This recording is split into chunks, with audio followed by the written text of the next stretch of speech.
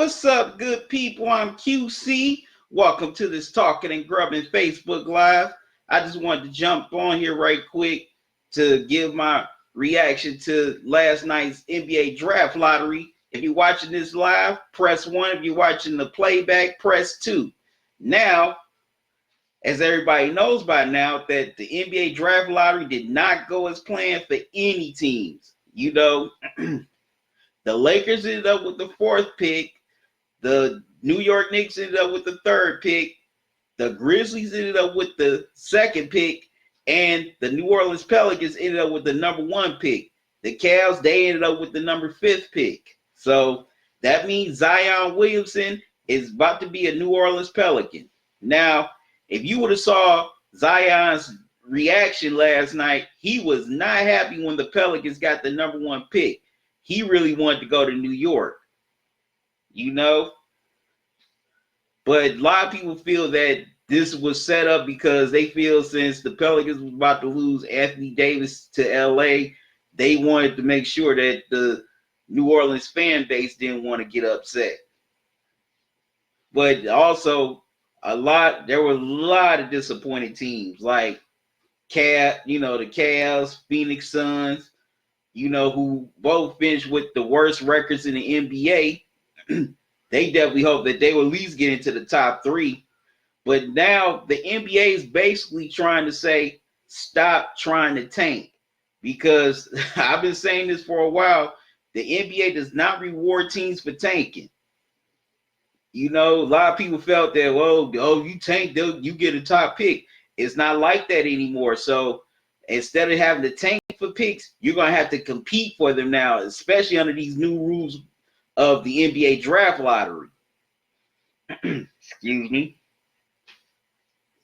But, the fans who did not get the top 3 pick, there's still some good players in this draft who may turn out to be stars.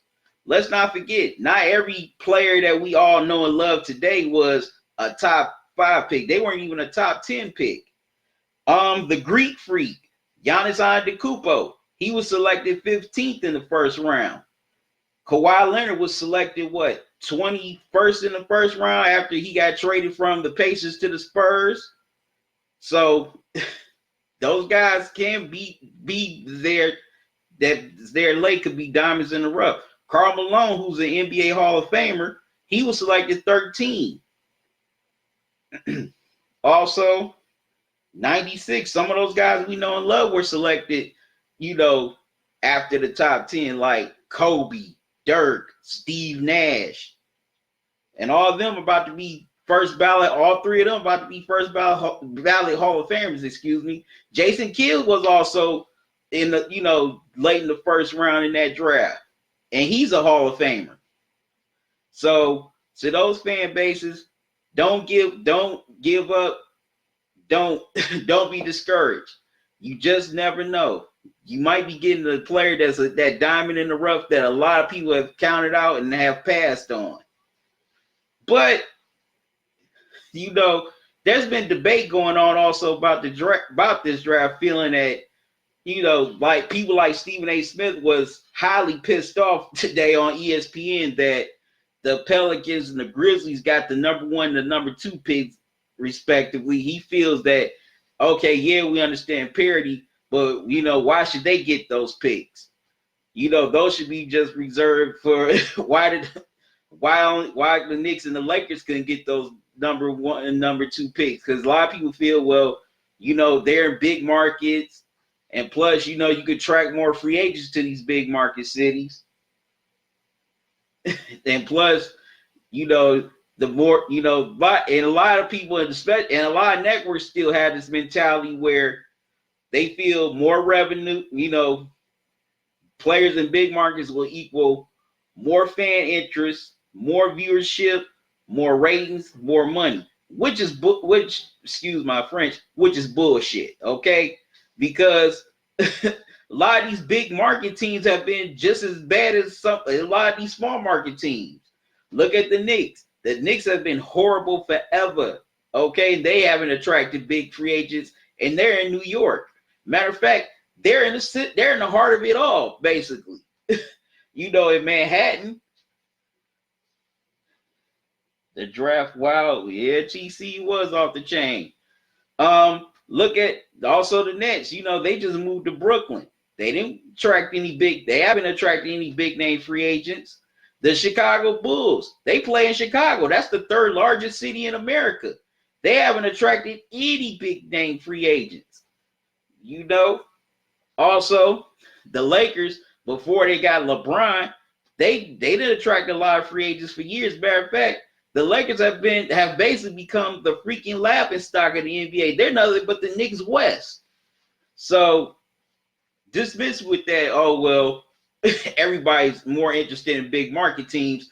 Prime example with LeBron, when he finally surpassed Jordan as fourth all time on the NBA scoring list, there wasn't really no fanfare from the national media. Hell, nobody really gave LeBron too much love in the Staples Center. They didn't really, give him that big round of applause, that standing ovation. If it would have been Shaq, Kobe, or Magic, or Kareem, it was very little fanfare. As a matter of fact, a lot of sports media in LA, and even some of the national media felt if LeBron would have accomplished that in Cleveland, it would have gotten more attention. It would have gotten a lot more fanfare as opposed to being in LA.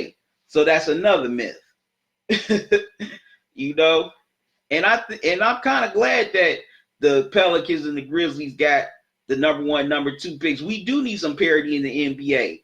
It just can't be a certain group of teams just thriving and having success and winning, and while the other teams are just,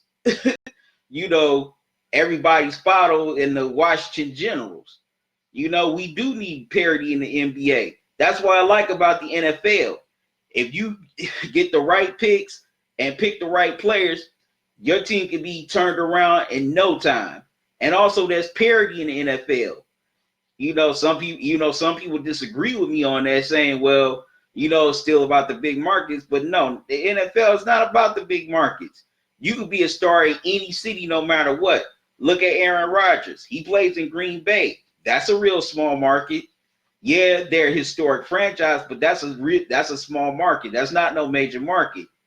When Eli Manning was at the height of his prime, Aaron Rodgers was getting way more commercials and endorsements than Eli Manning, and he was playing in New York. So a player like Zion Williamson, he's one of those players, no matter who got the number 1 pick last night, he can transcend a market. Just like LeBron did. LeBron transcended a market when he got drafted to the Cavaliers back in 2003. And when he came back in 2014, he transcended, basically transcended Cleveland. Cleveland was on a lot of national games. Plus, it didn't take away from LeBron's shine. He also had a lot of endorsement deals as well as commercials. So, the myth of, the constant people, people that constantly keep on saying that, well, you need to be in a bigger market to be a superstar. It's not really about that anymore. It's more about the player than the team that they're on. And basically, you just have to build the right way around that player, that star player that you have, no matter what city you in. Prime example, look at the Lakers. They had LeBron, but guess what? They didn't build around him right. And everybody assumed that they would because it was the Lakers, Magic and Jeannie Buss were there. But it just became a total dumpster fire. Who you believe they'll trade eventually, TC? Okay, where you think Zion will be traded to?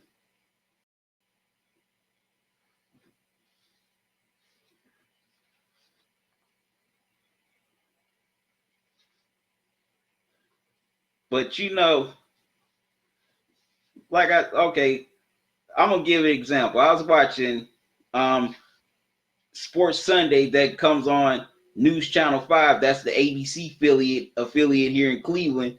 And Lauren Brill was interviewing this reporter from ESPN. I forget his name. His name slips me. And she asked him, do you have to really have to, if you're a small market team like the Cavs, do you really have, is it important for you to, build around the draft if you weren't unlike big market teams? And the guy basically told her that, it's not really about, being all about just New York and LA. Those days are kind of dissipating because you just have to build smart no matter what your market is. No matter if you're in a big market, no matter if you're in a small market. So you think they trade? You think the Lakers would trade Zion for who?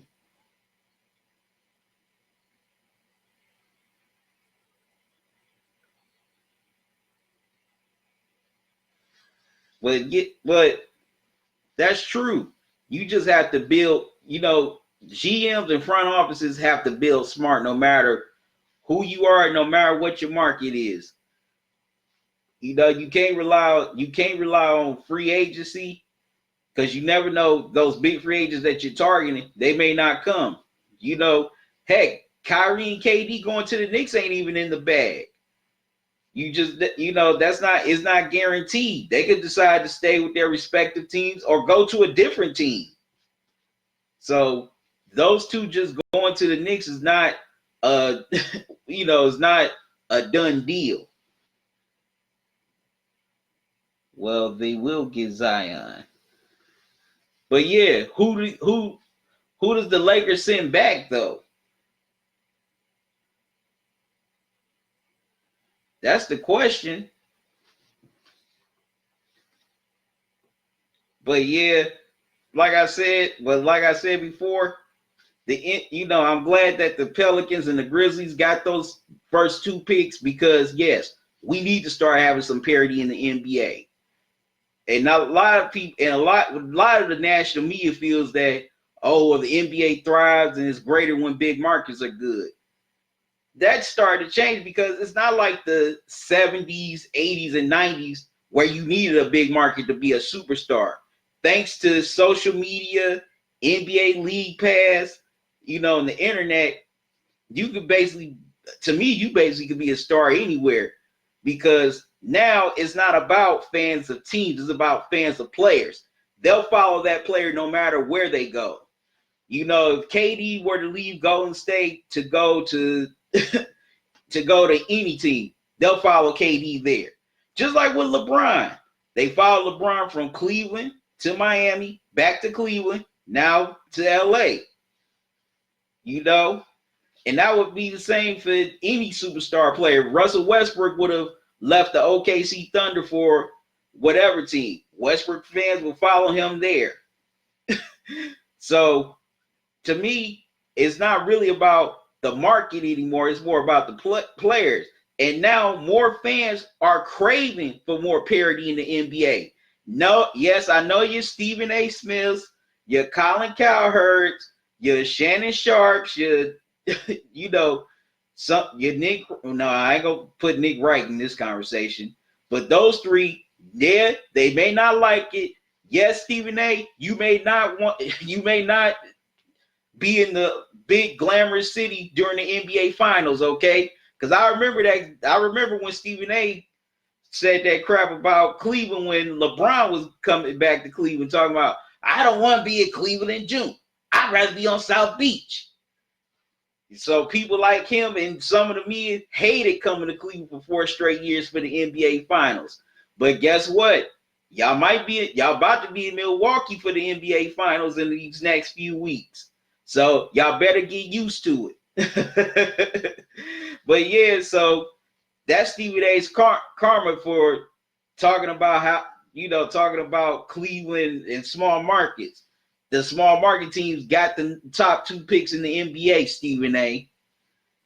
So look, I know people like him don't want to leave New York, they don't want to leave the coast, especially if they have to go to a mid to small city. But guess what, Stephen A? It's your damn job. You get paid millions of dollars, so grow up and deal with it. If you don't like it, hey, quit or and let somebody else get that job and enjoy the money you're making. That was my little, I'm sorry to go off a little tangent, but I had to give Stephen A little piece of my mind. But yeah, so like I said, I think there's some diamonds in the rough in this draft after the top three, like Culver, as well as DeAndre Hunter and Darius Garland. Those guys could turn out to be something that, a lot of people may not be looking into. Cam Reddish, I almost forgot about him. Zion and RJ's teammate at Duke. He could turn out to be something. So you just never know. Well, anyways, I got to get off of here because I got a few things to do. The website for Talkin and Grubbin will be up soon. I can't wait for that. It's coming along good. As soon as it's done, I will definitely let y'all know when it's out, and y'all can click on to it.